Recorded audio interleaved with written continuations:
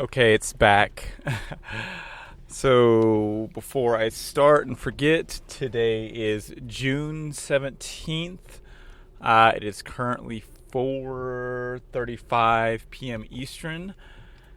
It's rainy, wet, and this is the Will Mosley podcast.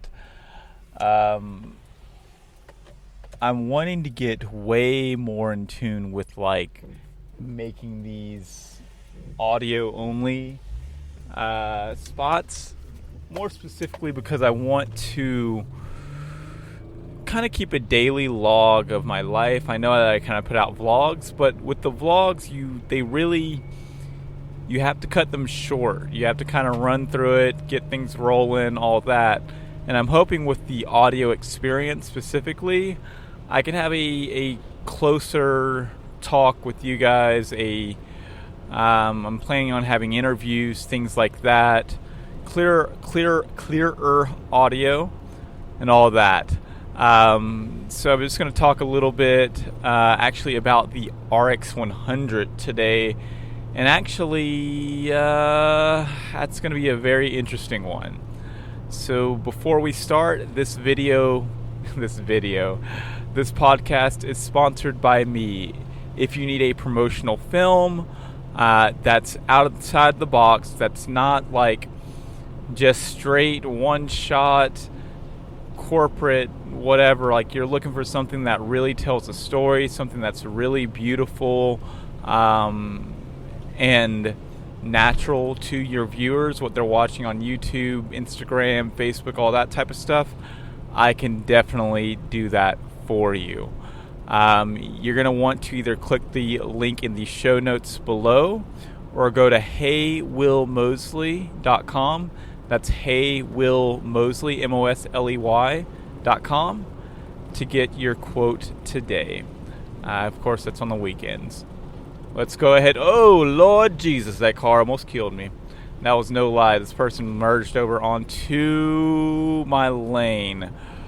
Woo! I was watching it too. So today's talk is really about the RX100. I want to talk about the death of my RX100. It's not a long story, but it is a sad story. I was having a really long day, a really hard, just one of those days where you don't get enough sleep, you work a long day, and then you have a lot of errands afterwards. So I was in the car for 3 hours, whatever, and just everything does not go your way. Like, the traffic was bad. We've been dealing with some car issues, some car overheating issues too, and Laura decided to kind of order groceries online this time through Sam's Club, thinking that it might be a little bit faster or less paying. You don't have to be at the store, you just kind of pick them up. And that turned out to actually be a complete disaster mess. Don't do it through Sam's Club. Walmart's got their game good at Walmart, but Sam's Club, it's just like an afterthought. It's horrible. So I was literally parked in their drop-off section. If you don't know already, I always use the camera while I'm driving. I usually have one hand on the wheel and one hand on a camera, or one hand on a mic. I got one hand on a mic right now. I'm driving home, and just to kind of get that B-roll, get that stuff, get that landscape stuff like that. And so I was getting out of the car.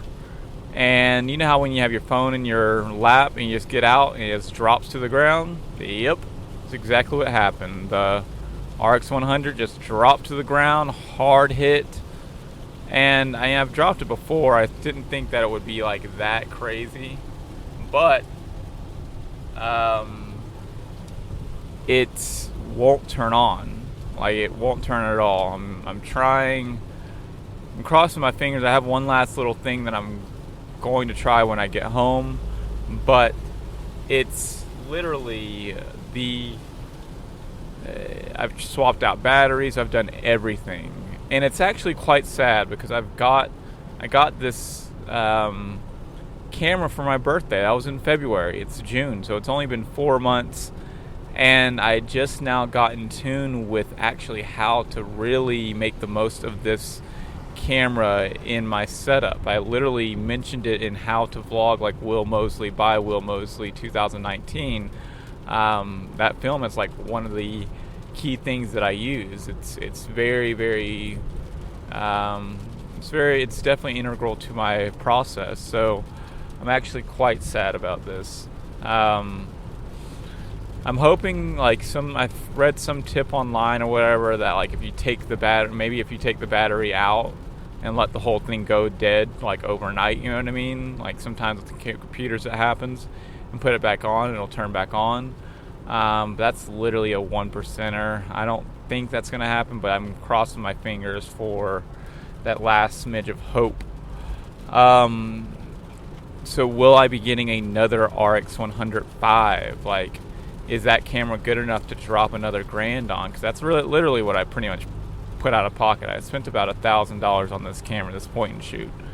And the answer is yes, it is worth it because of the dynamic range, because of the wide shots, because of how small it is.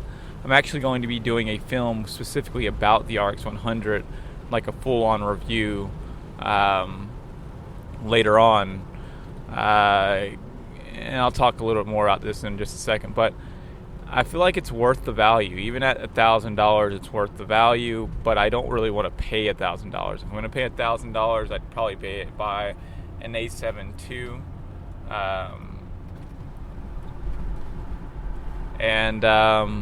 But I have my friend John Ryan who is looking to actually sell his RX100V because he has an A7 III, which I can see why. So he's going to be selling his for $500, and I'm looking to scoop that up.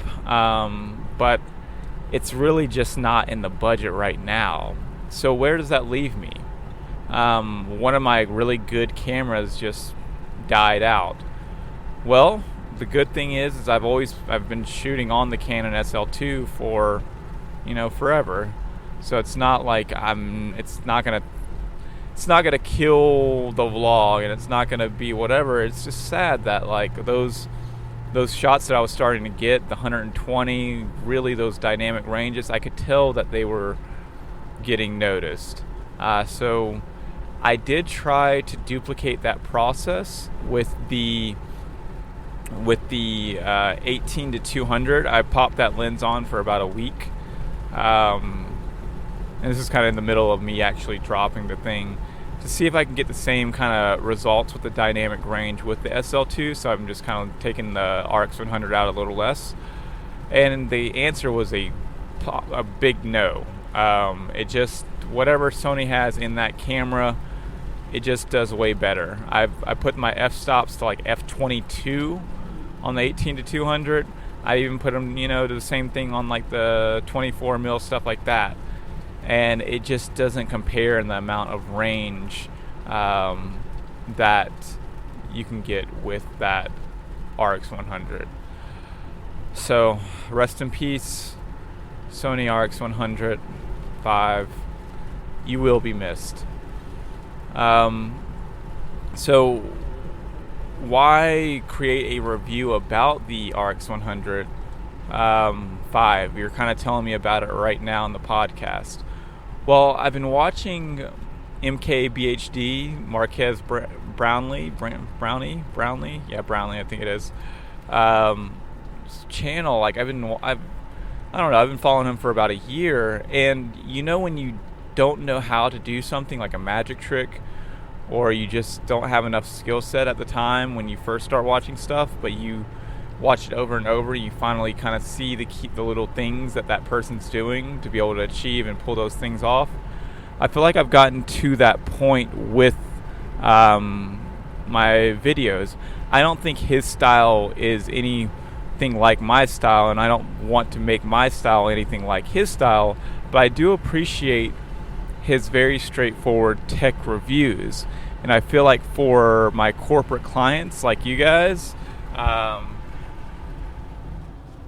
for any of my corporate clients or anyone that's wanting to get a really nice promotional film on the weekend, like I can definitely see the value in the systematic approach that he takes to his filmmaking.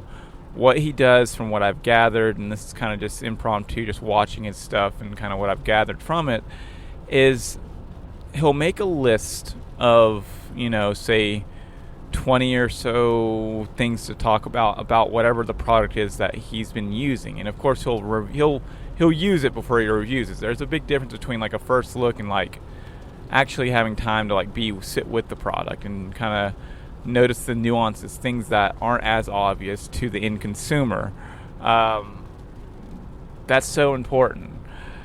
And he'll sit with it. He'll write down a whole list of things that he liked or disliked, and trying to be, I wouldn't say unbiased, but just like try to give a fair review.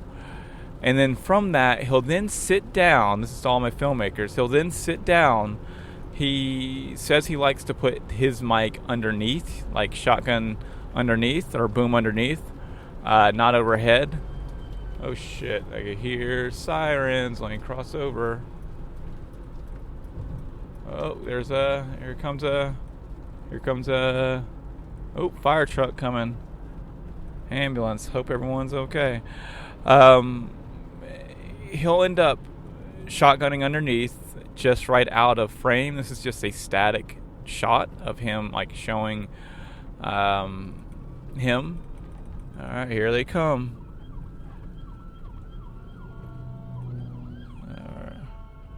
And he of course shoots with a red so he can crop in and crop out.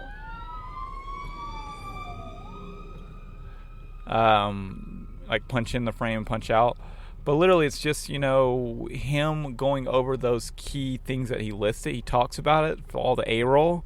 And then I think after the fact, I don't know if this is for positive or not, but afterwards, or maybe before, every touch point, everything that he's talked about on that list, he'll get B-roll of, oh man, here goes another one.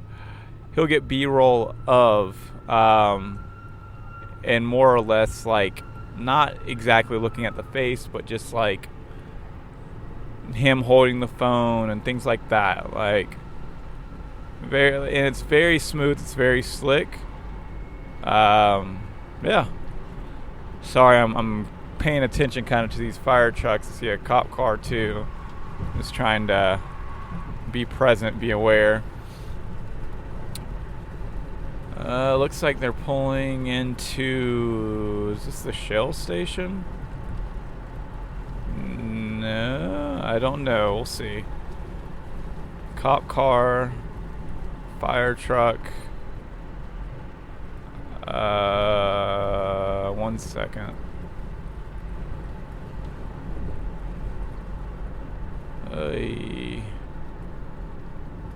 Hope everyone's okay. This is 2 cop car. Oh man, don't know what happened there, but it was definitely at the gas station. I hope whoever, whatever, is all right. I didn't see a fire, but it looked like some sort of pavement was upturned.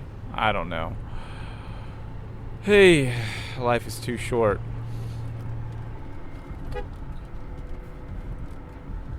And so, I want to start doing, like, with the RX100 video, I want to kind of look at that and do that and see what that would look like for myself. Because I feel like my skills are at that point now where I can kind of pull that off and make that happen. And I feel like that'll be a killer for anyone that's wanting to like kind of promote their product and make it look really good. And I can see myself sitting down with someone and I'm talking about whatever it is that they have, there's a drum set or a smooth, whatever it is, and then like go over talking points or touching points with them, and then kind of getting a roll of them talking about it, and then going behind and every single talking point that's already kind of written down, getting all of that and getting a really nice smooth film out of that. Of course, my style is I prefer much more run and gun stuff. I prefer much more like in the moment, conveying the emotion, but I definitely see the value in all of that. And I want to be able to, I guess, offer that as a service for the weekend. So yeah, so that, I guess, just wrap this up. Like, I'm pretty sad about my RX100. I'm sad about the build quality of that camera. I love the quality that I get out of it, like the shooting, but the quality, the build quality it's not what it should be for that price. Okay, I hope you guys enjoyed this podcast. Remember, if you need a promotional film that can really help you stand apart, can really just put you on the map, like a lot of your profiles that I see, like your Instagram or your Facebook, like it just doesn't have either any content on it, or it's very, very, very, very it's very dry. So if you're looking for like really a piece that will start that process for you, that'll help people see you, see your product, see what you're about, your creative process, all of that, go ahead and click the link in the show notes, or go to heywillmosley.com, heywillmosley, Mosley.com, to go ahead and get started with your quote. I hope you guys have a wonderful evening, drive, walk, day, breakfast, whatever it is. Thank you as always for tuning in, and I will catch you on the next one. Bye.